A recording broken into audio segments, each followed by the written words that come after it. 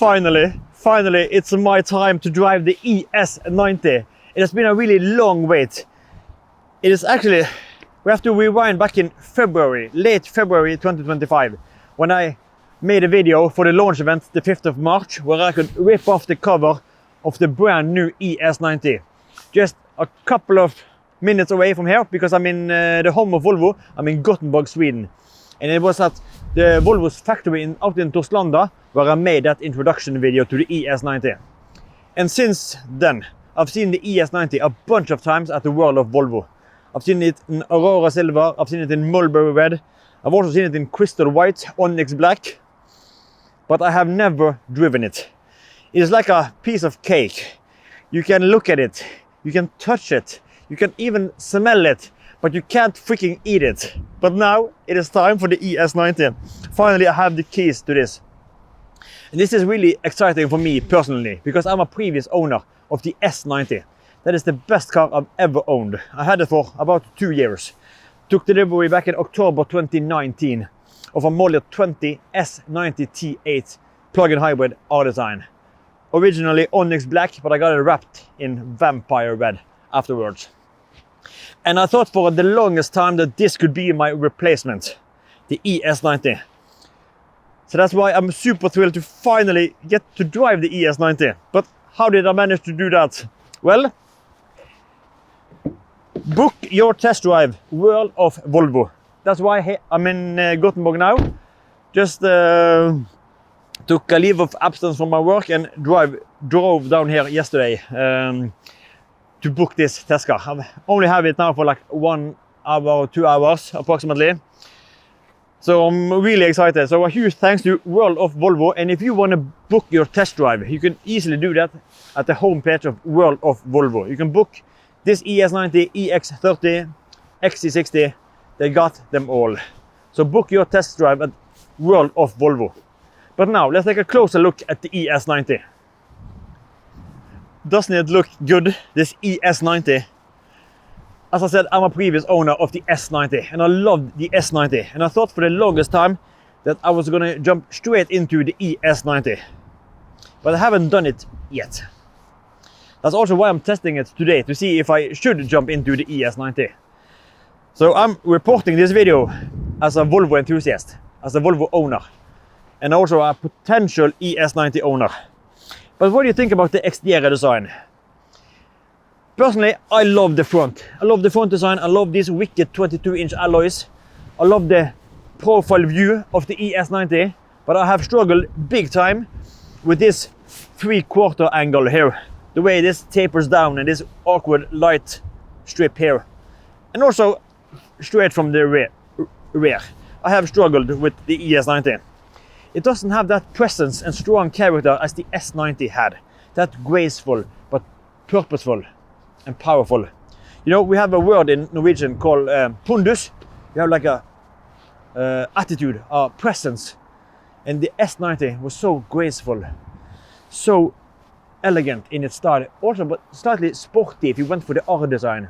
But still a strong presence. Even when stationary. Just, you had that. I don't think the ES90 have pulled it off in the same way. It is kind of awkward in some angles. So for me, this isn't an electric S90. This is something else. And is it a sedan? I don't know. It's also quite lifted. It's like a crossover thing. So if we look at the exterior dimensions, the S90 was 4 meters and 97. This has grown 3 centimeters up to 5 meters. But the wheelbase has jumped 16 centimeters up from 294 to 310. So significantly more wheelbase. But then the elephant in the room, you see, it is a taller car. It is, S90 was 144 and this is 155. So we have 11 centimeters higher car. 11. And 3 of those are actually ground clearance. The S90 was 14.8. This is 17.7. So is it a long and sleek sedan? Maybe they could put it ever so slightly lower. I don't know. So 155 versus 144. is also slightly wider, 212 versus 202. But the biggest attraction with the exterior, this crossover thing, is that it is a fastback opening. That is something I really appreciate. It's quite windy here, so we are closing this again. So that was the exterior dimensions. I don't think it has that S90 presence. And I'm struggling slightly with the rear. But I'm still a huge fan, actually. The front, the side, maybe I just have to learn to love this part here and not think of it as an electric S90. But what do you think about this? This exact car is spec'd in the Aurora Silver. We got the 22-inch alloys, and for the interior we have the Dawn Nordico, ventilated Nordico, and obviously Powers and Wilkins. I'm going to show you more of the interior later.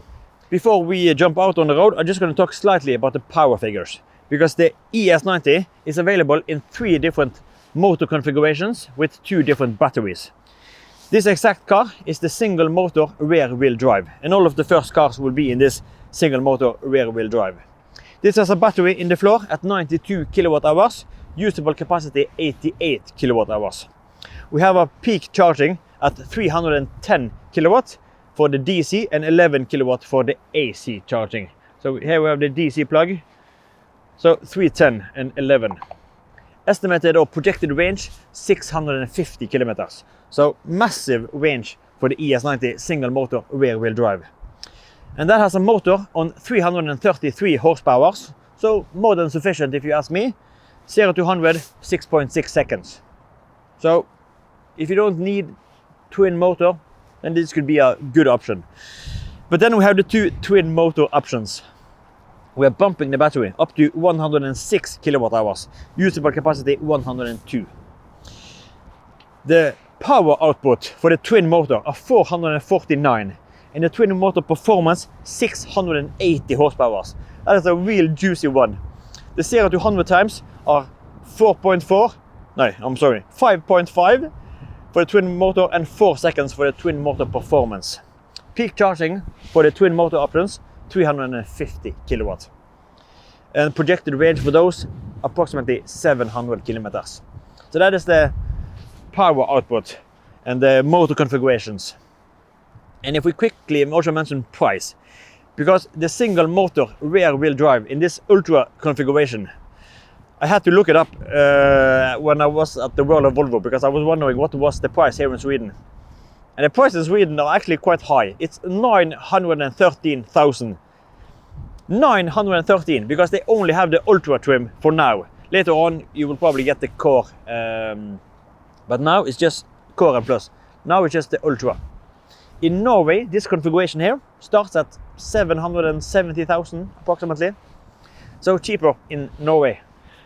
But as usual here in Gothenburg, it's windy, it's cold, so let's jump in and hit the roads.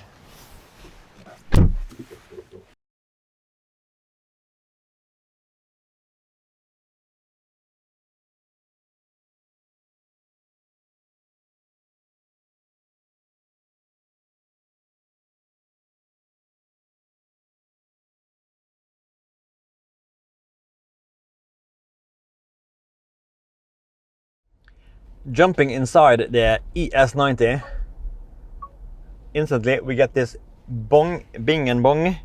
So into the center display, touch the car icon, and then one press ISA, Intelligent Speed Assist. You can also disable the lane keeping aid. Very easy accessible on this screen here. But yeah, it's annoying that you have to go into the screen. Either way, what's the point of all of these safety features if everyone shuts them off? But okay.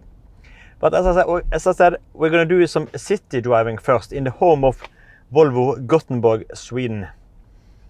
Just going to see how it is, and then we're going to jump out on the highway for just a quick blast on the highway, just to get a little taste of the ES90. I hope my camera mount is holding my smartphone good enough. But we got a beautiful Polestar 4 in front of us. I have to say, the Polestar 4 versus ES90, not really sure what way I should lean in terms of exterior design. I kind of sometimes prefer the Polestar 4, the exterior, but the interior I prefer the ES90. Oh, at least the Bowers Wilkins and the seats. You know, the Polestar 4, you can't get that with Bowers Wilkins, just Harman Kardon. But let's see if we can get out of this intersection. We got the Liseberg amusement park just behind us here. And as always, a lot of traffic and buses and trams and stuff going on. Let's see if we can get out. But first impressions of the ES90, I love these seats. This is so goddamn good. You can also adjust these side bolsters. Maybe I can tighten them up ever so slightly. I got the back massage going on. So I got a massage, and I can also do heated and cooled seats simultaneously. On this button here, now we have a green light. Stop messing about on the screen. But now I got the cooling activated. Let me see. I'm gonna do over here, because I think there's some cobblestones and speed bumps back here. As you're gonna turn off the heat cooling. I don't need that anymore. But awesome seats. And one of the treats that we can activate some lights. One of the treats with this ES90 is this Bowers & Wilkins audio system. My God, this is just the next level Bowers & Wilkins. And I've had the Bowers & Wilkins in 4 or 5 cars. XC90 had the Bowers, XC60, S90, V60, and both of the S60s. So is that like 5? That was a cool little bike. So was that like 5 or 6? I kind of lost count. 2 XCs, 2 S, 1 S90 and 1 V. So 6. I've had a Bowers Wilkins in 6 cars, and this is just the next level Bowers Wilkins. So goddamn good, especially with this Abbey Road studio settings. Oh, just wonderful. So if you are buying the ES90, if you're wondering what options you should definitely go for, then Bowers Wilkins are definitely one of them. And this massage function, so good, so good. This ES90 is rolling on 22-inch alloys, 22-inch, and really quite comfortable. Even over, oh, get a move on. You're gonna wait for me. You see, really quite comfortable. But is it like S90 comfortable? I don't know. I haven't driven the S90 on 22-inch alloys. I've driven it on 20 and 21. But this is 22, and it has almost... But now I haven't driven an S90 in quite a long time. But I love the S90, the smoothness. Is this just as good? I don't know. This is also a quite heavy car. This is like 2.6 tons. So it's like 600 kilos more heavy than my S90. That was like 2,000 kilos, so 2 tons. Oh, traffic jams. Saturday traffic in Gothenburg. I don't think I want to do right here. The time is just flying by. I think we have to get out of the city. I have to deliver the car back soon. But yeah, it's comfortable even on 22. Would I go 22 myself? If I would go 22, it would be primarily for the design. Just the superficial, you want it to look good. And these, freaking hell, these look really, really good. Come on, give us a green light. This may take a while. But maybe the 20-inch or 21-inch for maximum comfort. And now I got the suspension set to, let's see, settings, driving. Suspension is set to suspension feel soft and steering feel firm. But the steering feel, now driven like half an hour, 40 minutes. out to make that introduction, and then back to world of Volvo. And now for city driving. Let's see where I'm going. Going this way. And I think the suspension, the steering, it says soft and firm, but in my opinion it's soft and soft. It's not exactly firm. Yes, it tightens up when you are up in higher speeds. It tightens up, so the steering calibration and weighting is pretty good, but I would love to get an even firmer steering feel. Even firmer. And the suspension, I haven't noticed that much difference yet on, but I will activate that or try the firm afterwards. Just gonna find a way out of the, I can't stand being stuck in traffic when I'm on a deadline. Let's go, beautiful XC60. There's so many XC60s when you're driving in Gothenburg. And this is the previous generation D4 all-wheel drive. The old beater, 5-cylinder.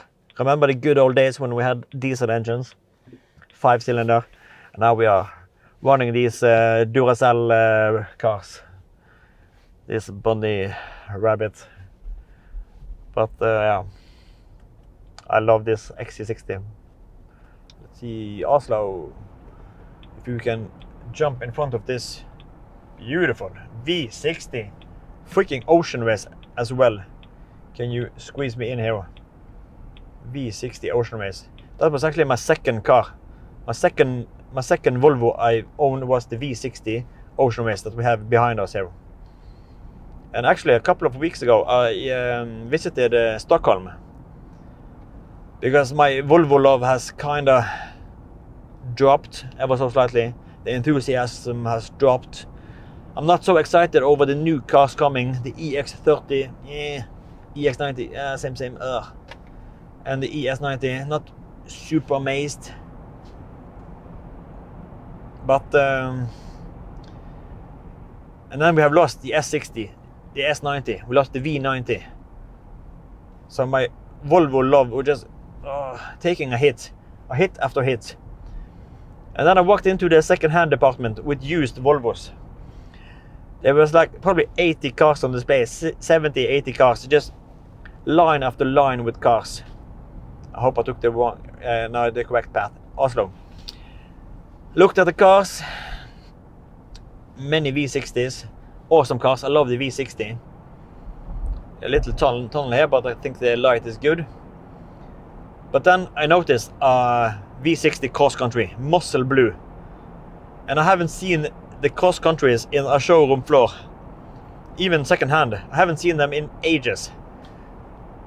And then I jumped inside that beautiful muscle blue V60 Cross Country, and instantly I was just overwhelmed with emotions. This was what made me Volvo Christian. This was me. My first car was the V40. My second car was the V60, both brand new. The V60 was a D4. I had a new VEA engine, so the 2-liter 4-cylinder, 8-speed automatic, 181 horsepower, beautiful ocean race blue, one of the best blue colors available. And when I stepped inside, all of these emotions that shot fire to my Volvo passion, it was just goosebumps. And when I touched the materials, we have fabric sun visors. Here in the ES90, this shit is plastic. Back on the backrest here, we have a soft plastic thing, but there's no net. There's no storage net.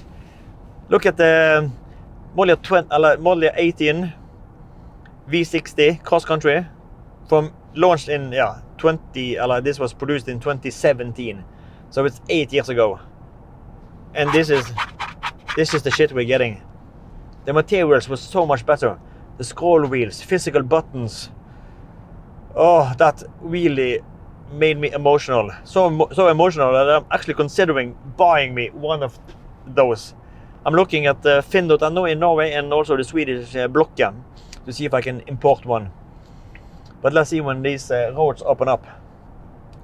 So if I'm not jumping on this ES90 or maybe the upcoming EX60, maybe I should go back to where it all started for me. Back where I get pleasure. I get happy. The EC40 is great, but it doesn't put a smile on my face. It's fast, but there's no emotions. There's no wow feeling. Just okay. And I can't get the S60, at least not new, but there was just something special about that V60 Cross Country. Just instantly shot home. So yeah, but let's open up this ES90. It's yeah, it takes off. It's a good one. We're jumping back out on the highway. It was time to start on the journey back. Let me see. Shifting lanes. We only have 80 kilometers per hour here, but the build-up, it builds up so goddamn sharp quickly. I took some Norwegian in here, but it's really rapid. Just by cruising along, if you floor it, it's not instant, but things start to happen pretty rapidly. Not like the twin motor EC40 that has a harder punch. Let's see if we do that one more time. Ah, it takes off. No problems doing overtaking in the 60-70 kilometers per hour zone if you want to quickly do a pass by. But this is really good. Really good. And once again, the noise insulation, if you are driving your ES90 without the Bowser Wilkins, I would never do that. I would just have that thing on, but it's really good insulated, double laminated windows. You see, really quiet. Today it's quite we are in Gothenburg, so it's always windy here. But you have some wind noise, some tire noise, but really subdued, really pleasant car to drive. And these awesome seats, I have to engage the massage again. That has stopped, so start that again. But really awesome seats. This beautiful view. Heading into Gothenburg, we have an XC60 in front, a S60 to my right. As the sun is on its way down again. The clock is only like 10 over 1, 13:10. Can't even talk. But we're gonna stop with or nearby my hotel, make a little outro, and then have to deliver this car back. But I could definitely be setting off on a long road trip with this car. That was it for my ES90 experience. Just a short spin in and around Gothenburg. And sadly, I spent like 25 minutes stuck in traffic within the inner city. So my time slot are reduced. But I have really enjoyed this ES90. I have to say, it's quite a pleasant car. I'm really glad that I traveled down here to drive this. Amazing seats. Awesome Bowser Wilkins stereo. And the noise insulation are really good. Exterior design, that's up to debate. I'm still struggling with this rear end here. But the ride comfort was what I wanted to extract from this. And I think it rides really good. This has the optional air suspension. And over uneven surfaces, like within the inner city, and also a stretch over here, we had a lot of speed bumps and bad pavements. The car handled really good, even with 22-inch alloys. Over the speed bump, absorbs the pressure, and then when it goes down again, you don't have that bouncy rear end. It just tapers out, irons everything out, and just absorbs all the movement from the road, and just so I can ride in absolute pleasure. It just irons them out and absorbs everything without giving you any weird bouncy maneuvers if you have too much speed over a speed bump. It really just poof, and you're on your way without any drama. And also highway driving, really relaxful, peaceful, just a highway cruiser. So overall, the driving experience is actually quite good. Yes, I would love slightly firmer steering, and maybe I would also love to get the twin motor options with even more power, but it's not necessarily the power I want. I want the all-wheel drive capabilities. So maybe the twin motor with 449 horsepower, that is the Goldilocks. But I would probably go for the mulberry red or denim blue. I'm a sucker for blue, as you may see today. But we have one more thing to talk about before we ending this video. And that is regards to this box on the roofline. This hump, or the taxi hump, as many people will call it. This roof-mounted LiDAR. And this applies both the EX90 and also the ES90. Because this ES90 does have the taxi hump, the LiDAR. And why do you need a LiDAR, if we're going to mention slightly about that? That is regards to the self-driving capabilities, but also a safety feature for driving in the dark. Because this roof-mounted LiDAR, Volvo have said that this can look 250 meters in front of the car during complete darkness to look for pedestrians, bicycles, or people walking, or animals. So this is a safety feature. And one of the things I really love is safety. That's why we love Volvo. So this is both for safety and also for self-driving. And many people have said to me that this taxi hump was one of the reasons why they didn't purchase the EX90 and also the ES90, because they think it's ugly, it's fugly. But then on the other hand, other people have said that they bought it because it has it, because they want that safety level. And then a couple of weeks ago, I was completely shocked by Volvo, because they didn't issue a press release. They did it like slightly quiet, because suddenly they said that they're going to remove the roof-mounted LiDAR from all Model 26 cars, both the EX90 and also the EX90 and ES90. But this car has it. So the early cars, like the Volvo dealerships test cars, some of them will have it, but the customer cars won't have it. The people that have purchased or ordered an EX90 Model 26, they will get a little cash back, approximately like 18,000. Because Volvo won't deliver the cars with this LiDAR. I was really shocked. And I looked at because Volvo had an investor meet in Stockholm. And during that event, there was a reporter asking Volvo why they removed this LiDAR. And Håkon Samuelsson said, and there was another guy, I can't remember right now, but I will put his name under. I can't remember. It wasn't Håkon that said this beginning part, but he said what was right a few years ago isn't necessarily right now. Because when they decided to go for this LiDAR, at that time they thought this was the way to go, both for self-driving and also for these safety innovations. But during these years that have went by, development have gone further, and they have managed to get the same level of safety innovations with using just the cameras and radars. So they try to make the LiDAR like obsolete. They don't need it that much. They are not so reliant of it anymore because of enhancements done to cameras and radars. So yeah, but they say that it's still important. But learn powerful functions based on camera and radar. So they have a reduced dependency on LiDAR. And they also said that this was what Håkon said. There was no supply shortage. And they said that the 8th of November. And then 11th of November, just a couple of days later, then this message came that they are removing the LiDAR. And Volvo had two reasons why they wanted to remove the LiDAR. They said customer demand and limited supply. Limited supply when they just said there was no shortage of supply, and now it's suddenly limited. And also suddenly customer demand. Since when did Volvo start listening to customers regarding safety? If this is safety, why do they listen to customers that says it's ugly?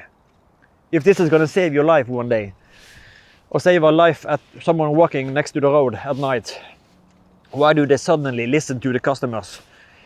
You know, a couple of years back, Volvo decided to cap all the cars at 180 kilometers per hour. And so many people complain about that, because like this one, you can get this in a twin motor performance with 680 horsepower, but it's capped at 180 kilometers per hour. Why? So many people have complained, but Volvo said, "No, I'm sorry, we will stand on our ground. It is capped at 180. We will not budge at all. Not even for the top performance cars." But suddenly now they listen to customers regarding a safety innovation and taking it away. I don't know, there's something fishy with the whole thing regarding the LiDAR. And then a couple of days later, I heard that the company that's producing these LiDAR, Luminar, are actually suing Volvo because Volvo and Luminar had an arrangement to put this on all the cars. And suddenly they said, we don't need it. But Luminar thought they were going to have it on all their cars. And now it's either optional and suddenly it was discontinued. So maybe Luminar will go bankrupt because of this situation. So I don't know. But for those that want the car without LiDAR, then you can be happy now. You will get it. You will just get a new roof panel that's completely flat. So, but I would actually prefer the LiDAR. I don't think it looks ugly at all.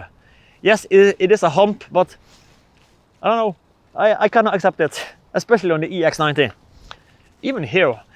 But what do you think about this LiDAR situation? And what do you think about the ES90? Overall, I'm super pleased. And hopefully, during late December, maybe early January, I will get an extensive test with this home in Norway. This was just a short test here in Gothenburg. But now it's time to head back to World of Volvo and deliver this car back to them. And go in the heat again. So that's it for this time. I will see you in the next one. Take care and bye bye.